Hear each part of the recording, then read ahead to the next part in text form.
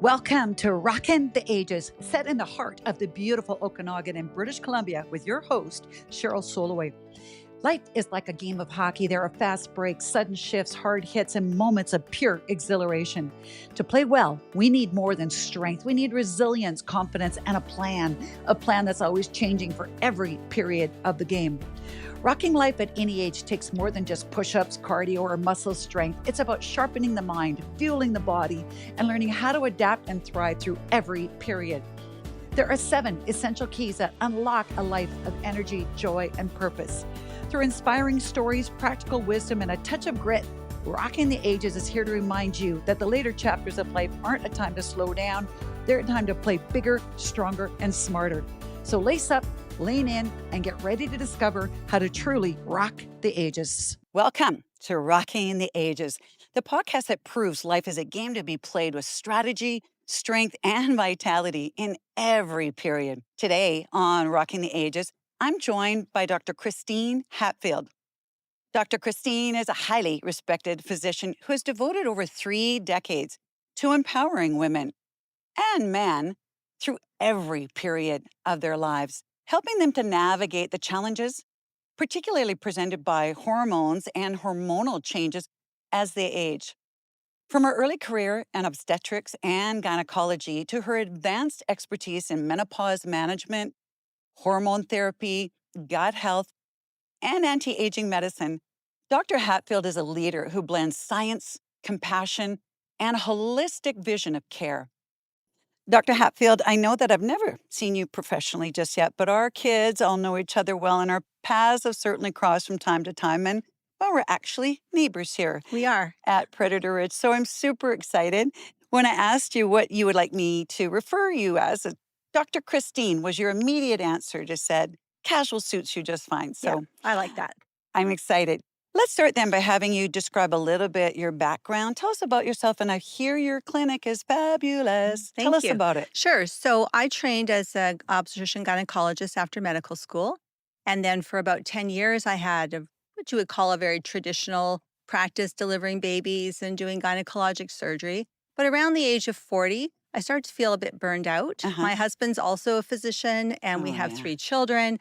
And it just felt like a little bit much. And I recognize now in retrospect that I was entering perimenopause and there were some hormonal changes going on in my own body. But what it actually did was open the door so that I could take a different step with my career. And I left the more conventional career behind, and I did some extra training in functional medicine and decided I was going to become an expert in women's health, and especially in understanding hormones and hormone replacement at a time when that was kind of taboo. There's a lot of fear and misconceptions about hormone replacement. People that come to your clinic, Dr. Christine, can you tell me, are they 90% hormonal looking for information, or is it a mix? What's So your clinic? my clinic is a blend. I have a medical side, in which I'm doing, I guess we could loosely call it regenerative medicine. Ooh, I want to talk about that. And I also have an aesthetic side where I'm looking after the exterior of the aging person and helping them manage that aesthetic piece so they can feel good both inside and out. So my clinic's called Esprit MD, and the Esprit to me means spirit. And what I feel, the people who come to me, they've kind of lost their spark. And that's what I'm hoping to help them with, is to get that back, that piece of themselves that somehow is missing when they go through that menopause transition. So tell me, like the typical woman that's going to walk through your door at any given moment, describe what she might be looking for. I don't think there's a typical woman who comes through, because I see an age range. I see women from, I would say the youngest women coming through are in their 30s, and the oldest are probably in their 80s. So as you can imagine, women at those different phases of life are going to have different presentations, different concerns. But the most common person I'm seeing is probably the woman who's entering or partway through her perimenopause, and she's looking for some help. Can you describe them? What are the frustrations that most women in that age have when they see you? Tell me maybe about their top 3 complaints or worries. I will summarize it by saying most of the women that come in will say to me in one way or the other, I don't feel like myself. Yeah. that would be the summary Yeah. at any age. Yeah. But what are the top complaints? I would say number one complaint is not sleeping. Oh, yes. They can't sleep. And Yeah. this is happening to women both in perimenopause and postmenopause. Mhm. There's changes that happen to the brain that make it harder for us to consolidate our sleep. So that waking up at 2, 3 a.m. and then staring at the clock, look, I've been there. Yes, so have I. I That still went am. on. That went on for me for better part of a decade. And Mhm. I'm supposed to be the expert. Yeah. And I still couldn't sleep. So there's that aspect. And that has, I think, a domino effect when you Mhm. don't sleep, Mhm. because then it affects your metabolic health. Mhm. I would say the number two thing that women complain about is their weight. Mhm. Weight that's coming on without what they think are no changes, Right. although there are subtle changes that are happening with their lifestyle they maybe aren't aware of. But as far as they're concerned, they're eating the same, they're exercising the Right. same, and why is my belly getting bigger? Yeah. And a lot of it stems down to metabolic changes, which I think are partly related to the sleep deprivation Mhm. and partly related to the hormonal Mhm. decline that's happening in the background. And then probably the third one, if I'm really being honest, is lack of libido. Mhm. They lose their drive. And I don't just mean libido for sexual activity. Libido means drive. So they lose their libido for everything. They Their don't mojo. Exactly. Yeah. That's that spark I was talking about. Yeah, They'd right. rather sit on the couch Yeah. and look at their phone Oh, than it's frustrating. engage with their friends Yeah. or be in the bedroom with their partner or go to the gym. You know, again, I talk in my first episode. So I have 7 keys that I like to relate to. And we're going to relate to these easily because, you know, my number 1 is mental health, mental fitness, and then number 2 being gut health. And I'm just finding at all these various stages of hormonal changes, it seems the gut health also changes. Like what I was fine eating, like you mentioned, the girls who gain weight. You know, I ate carbs and bread, gluten, just fine for the first 45 years of my life. And it was like all of a sudden, like at 45, I was gaining, you know, belly fat and kind of width. And, you know, for me, I didn't do hormone replacement. And I got to say, I kind of regret that. I feel like I toughed it out and I didn't have to struggle so hard, you know, in hindsight. But my one strategy then was, okay, I'll cut out the gluten, change my gut health. I have to say it helped. How much do you talk about gut health then with your patients? Yeah, we definitely bring it up because it's not an uncommon complaint. Uh-huh. Digestive issues, bloating, and Ugh, changes to bowel function. And like you said, not being able to tolerate certain foods and sometimes downright food sensitivities that happen Right. out of nowhere. I have a patient who became allergic to almonds out of nowhere. Out of nowhere. And it happened in alignment with her perimenopause. So one of the things to remember is that estrogen is an anti-inflammatory molecule. And when estrogen levels drop, total body inflammation goes up. So I think that has in part something to do with these new food sensitivities. And estrogen talks to the gut microbiome. There is a whole concept of something called the estrobolome, which is I've heard of it. just a way of saying the bacteria living in the gut and how they're affected by the estrogen in our body. And they're communicators, they're signalers to cells. So it certainly makes sense that the bacteria are going to respond when the levels of estrogen are higher or lower. That's why you can even have changes to your digestion throughout your menstrual cycle. It's not just menopause that brings it on. Throughout the month, women feel bloated. So I think it's a little bit of a chicken and egg thing going on, that your body becomes a little bit more inflamed because of the low estrogen, and the low estrogen changes the gut microbiome, which makes your gut more inflamed, and it just becomes a vicious cycle. And strategies like changing your diet may be helpful, Okay. but ultimately, of course, I'm a real proponent for Right. getting that estrogen replaced. Right. That can be helpful as well. So let's get to that. But let's start with, so how do you test for it? What are the series of tests that you will do to determine whether or not that particular woman is ready or needs it now? Or So the first test I do is with my ears, okay. because I listen to her. Okay. I listen to what she is experiencing, the symptoms that she's having. And I just like to say that a lot of women need that validation. Yes. They need to be they need to receive from their caregiver the green light that yes, what you're experiencing is real. And the testing, it's a little tricky because hormones are like naughty children. They're here, they're up, they're down, they're all over the place. So Right. testing in perimenopause can be challenging. If I test it all and a woman is still cycling, I'll have her test about day 21 of her cycle. I'm looking there for the ratio of estrogen to progesterone. If a woman is postmenopausal, you might argue that testing might not be necessary if she's Really? no longer having periods, because we know that her estrogen level will be low. Right. But I will still do it because women like numbers, and it's nice to see the numbers change. Right. So what I'm testing for are the levels of estrogen, progesterone, testosterone. But I also look at her vitamin D and her B12, and I look at her I iron love this. stores, and I look at her thyroid function. Yeah. And if I think her history warrants it, I'll look at her cortisol level, because many of the hormones can get out of sync in the perimenopause. And if you don't know what's going on, how can you help them?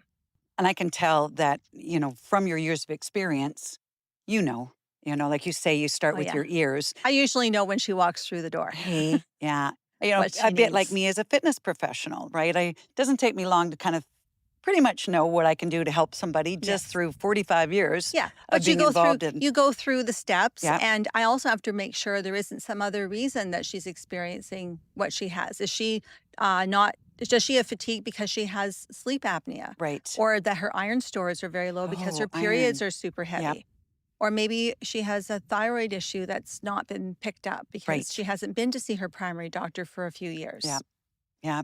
And I mean, now to even find a primary doctor, it's getting It's harder hard. and harder. So we're Googling and trying to, That's right. figure things out by ourselves and going in all kinds of different directions. And if we could just get on the right direction earlier, that would be fantastic. Boy, what you're saying it's got me excited. As I say, I struggled through. And for me, I probably didn't have a horrible perimenopause and menopausal stage, but nonetheless, I wish I'd met you earlier because I do believe it could have been easier. So let's start with that. Tell me a little bit about hormone replacement therapy. So HRT, I know there's bioidentical and there's traditional. Can you start by just explaining what the heck it Sure. is? Well, let's just start by explaining what hormones are. Hormones are molecules that are produced by glands in our body. And when we're talking about HRT, we're usually referring to estrogen, progesterone, and sometimes testosterone. Okay. These are all produced in the ovary. They're also produced in other tissues in the body, such as the breast tissue and in fat tissue, the adrenal glands. But the majority are made in the ovary. Our body is used to having a certain structure of that hormone. It behaves like a key going into a lock, and it will have the ability to open up that cellular function and do what it's supposed to do. If we make man-made hormones, such as are, for example, found in the birth control pill, they can fit in those locks, but they're not a proper fit. So it can jam the lock, or it can turn the lock so that the cell function is too high or too low. So the term bioidentical came to mean exact duplicates of the hormones that our body has always produced. And they are synthetic in the sense that you can't go to a tree and pick them. Okay. Right? They have to be made in a lab, but your body can't tell the difference. They're identical to the estrogen's identical to that your ovary once made. So would most of the time your prescription be a bioidentical hormone therapy versus? And I would I think you're probably referring to a time about 20, 30 years ago when the most common prescription for estrogen was Premarin. And Premarin is a conjugated estrogen that comes from the urine of horses. Ugh, Why? That doesn't sound good. Well, it doesn't sound good, but surprisingly, it's not as bad as you think. Really? Because a horse is natural. Yeah. So they're not synthetic. Yeah. But what they are is it's the estrogens that the horse has used. Her liver has broken them down into these, call them conjugates. So now they're water soluble and they can be excreted in the urine. And they work to help hot flashes, but it's not the same as putting back the estrogen that your body used to make. Okay. There's also flat out synthetic molecules. Most of those are in the progestin family. So it might be something like Provera, norethindrone, which have medical uses. They're found in some forms of HRT. They're found in contraceptives, but they're not the same as natural, identical progesterone. So what I tend to prescribe are variations of estradiol, progesterone, and testosterone. And they are available as pharmaceuticals that you can get in any drugstore, written by any physician as a prescription, or you can have them compounded if I'm looking for something specific for a patient, a specific ratio, or a delivery route of delivery that's different than what's available from the pharmaceutical companies, I can do that through Wow. compounding. Yeah, so that's another level, Yes. And we right? even now have hormones that are available as pellets that can go under the skin, Wow. which is a new development. I heard. I've had girlfriends who swear and they're sleeping like babies all of a sudden. But these are girls now women in their 60s are Hmm. still doing this. So, hmm. Well, again, I'm loving the idea of having this available and that too, the idea that you can actually concoct very specific, it sounds like prescriptions for women. Can you address a little bit the cost so we know what we're in for? What kind of, how often are these doses and what can women expect as far as a financial outlay? Hmm. Well, in terms of the prescriptions themselves, it's going to vary from where you live and the pharmacy. Um, the pharmacy compounding fees might differ where you live geographically. Hmm. But I would say in this area, most of my patients who are on triple therapy with those three hormones are looking at about $100 a month. Okay. That's a rough Yep. estimate. Yep. It may be higher or lower depending on how she's taking it, if it's a Okay. patch versus a cream versus an injectable. Okay. The hormone pellets, which I do in my clinic, are a little bit more expensive. They're coming from a specialized pharmacy in Hmm. Toronto. Hmm. They're all made in Toronto, high quality assurance. They're very pure. In fact, more so than what the pharmaceutical rules require. Really? We require a 10% quality assurance that what it says it can. So if it contains 100 milligrams, it can Hmm. either contain 90 up to 110. Okay. But the pellets are formulated with a 3% variation. Do the So pellets have a specific name? So if someone is going to their specialist, are they just called pellets? Would they know? we just call them Do pellets. you? Yeah.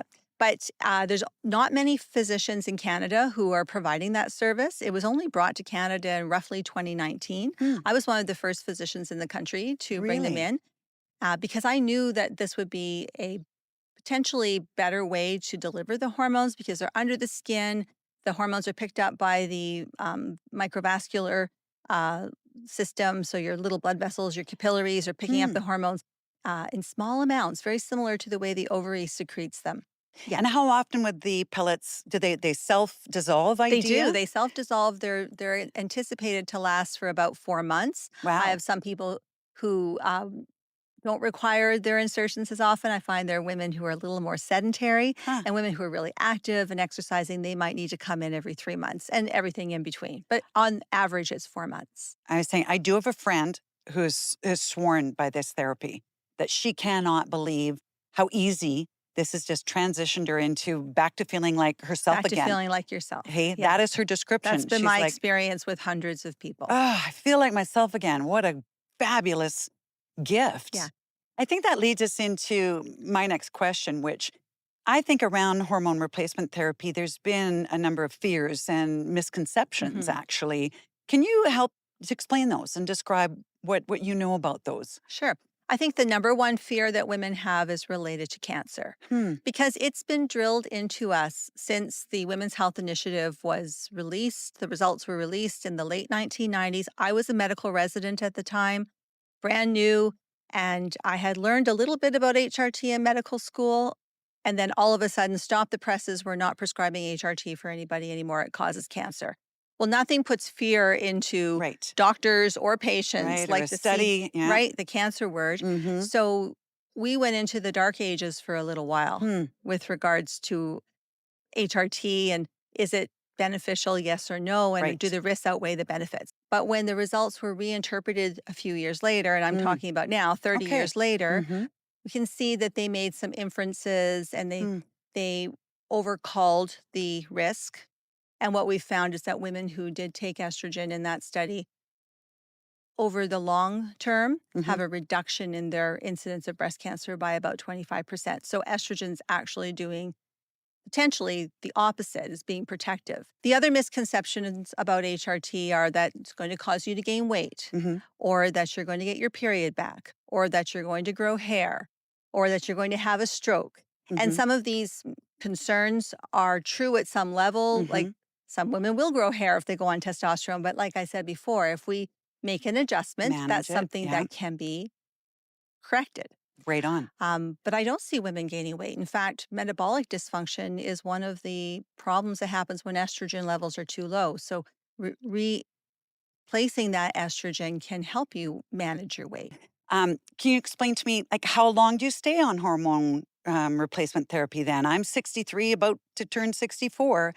I think I've missed it maybe, but do women stay on it? Tell me a little bit about that. How long would a woman expect to stay on Right. HRT? I counsel my patients to consider this a lifelong Yeah. treatment. Mm-hmm. And the reason I say that with confidence is that when estrogen disappears from our bodies at midlife, if you do nothing, Mm-hmm. there is definitely a sequence of things that's going to happen. Mm-hmm. You will go through the withdrawal, which is the symptoms that everyone knows about that are menopause: the hot flashes, the not Right. sleeping, the vaginal dryness, the incontinence, the changes to your mood, all of that.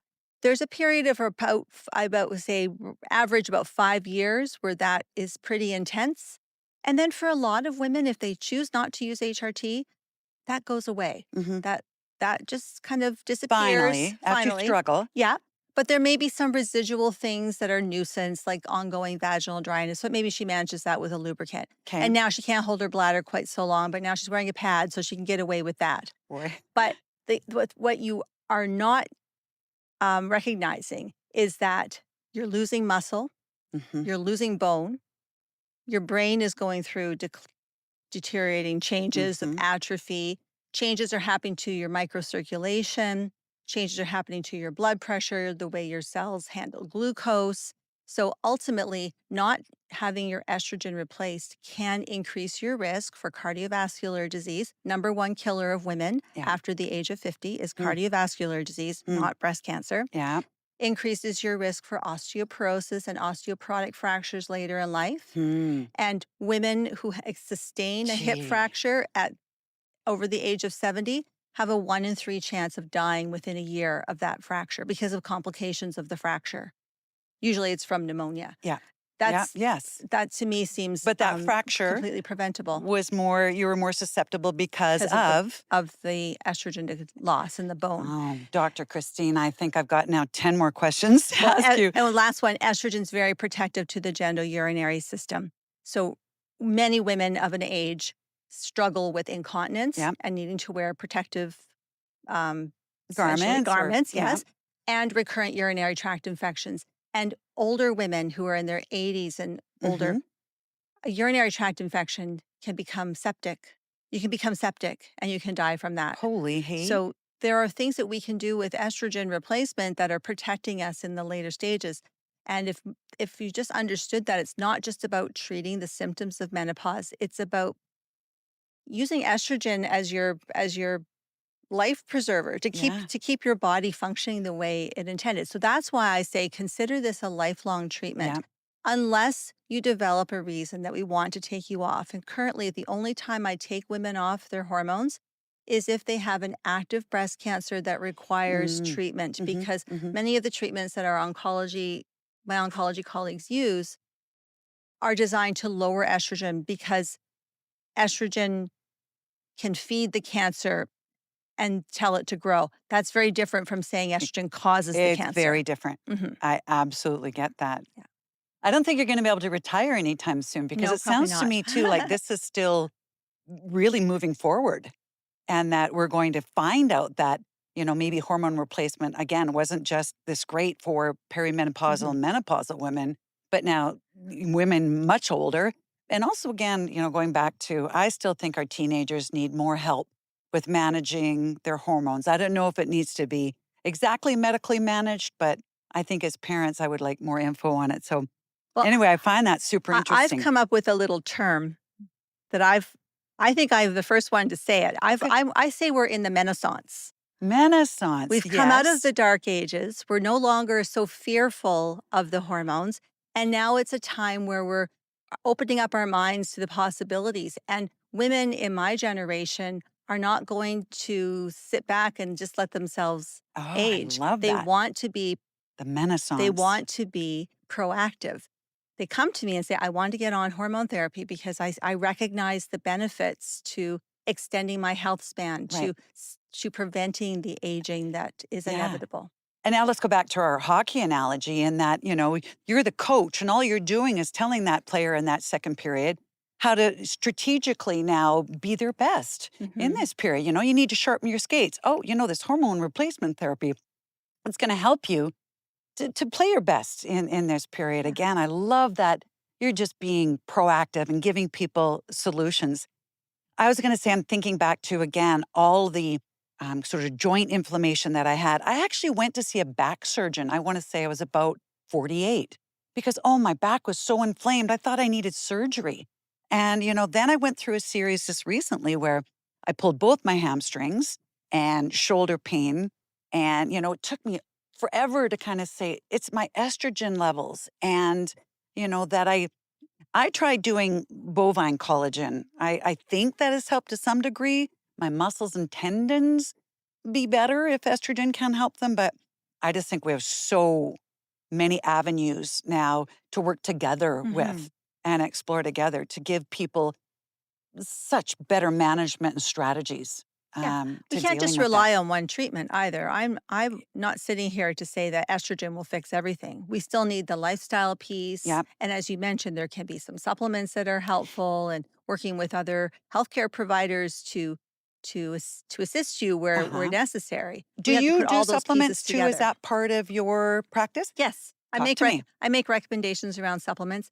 What I don't want is for you to take 20 to 30 different supplements. Not I love necessary. you. Okay. Okay, so So there's some very basic ones that I take personally and I suggest that my patients take. bring So, them on. okay, the first one would be magnesium. Okay. Magnesium because it can help relax your muscles, Yes. it can help you with sleep. It's Now, are we talking magnesium biglycinate? usually, Okay. but if people don't sleep very well, I Yeah. might suggest magnesium threonate, which crosses the blood-brain barrier a Does little bit it? better. Okay. So for women who really struggle with sleep, I'll make that suggestion. Hmm. But usually it's bisglycinate. I'm a big proponent for uh, omega-3. Okay. Any If you particular Well, you want it to have a relatively high level of EPA. That's the EPA? EPA. Okay. It can be confusing 'cause there's a lot of acronyms in medicine, but Yes. Yes. EPA and DHA Yes. are the two components of your standard fish oil capsule or Okay. liquid. Mm-hmm. The type of fish oil makes a difference. You want it to be from a natural fatty fish, ideally not a farmed fish. You Right. want it to be in a Oof. triglyceride form, pure. I've got a couple of favorites that I prescribe to patients, Mm-hmm. and the amount usually in the 2 to 3,000 milligrams per day, Okay. unless you eat a lot of fatty fish in your Okay. diet. We've got magnesium. We've got Mhm. omegas. Third one is B12. Okay. I think there's enough clinical evidence that B12 is important for protecting your cognitive function as you Brain age, health. brain Right. health, and also for energy. And our production of B12 and absorption of B12 goes down as we get Okay. older. So that's number three. And then the fourth one would be vitamin D. Mm-hmm.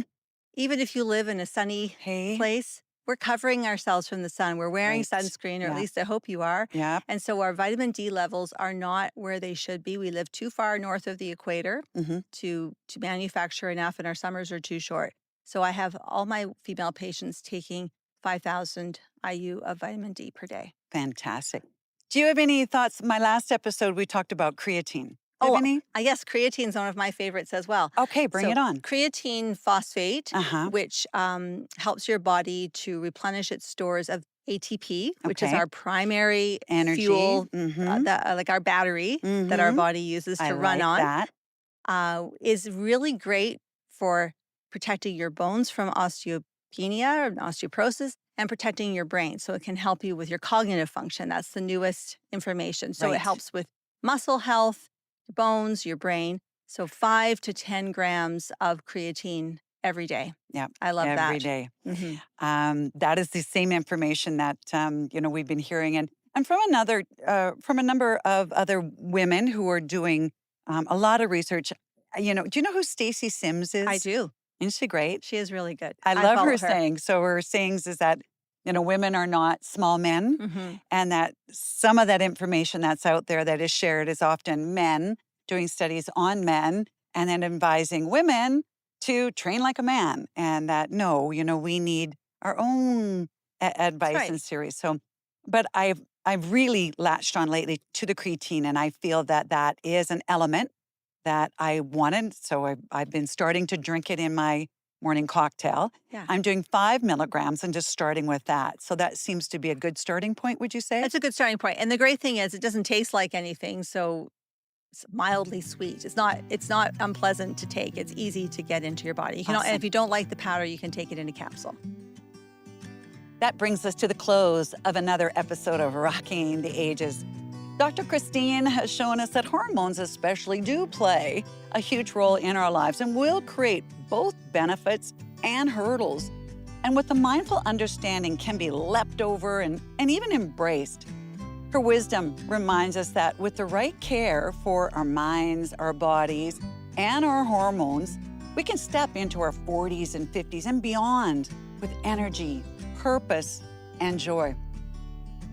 So whether it's tending to our mental health, nourishing our gut health, or finding the right hormone balance, or making daily choices that support our long-term vitality, we have strategies available to ensure that we're ready to play at our best in any period of our lives. Hey, if today's conversation lit a spark for you, share it with a friend who needs a reminder that their best years aren't behind them, they're right here and still to come. Subscribe so you never miss an episode. And if you have a moment, leave us a review. It helps more people to find us in this space. Until next time, take care of yourself, stay connected, and keep on rocking the ages. Thank you for listening and watching. I'm Cheryl Soleway.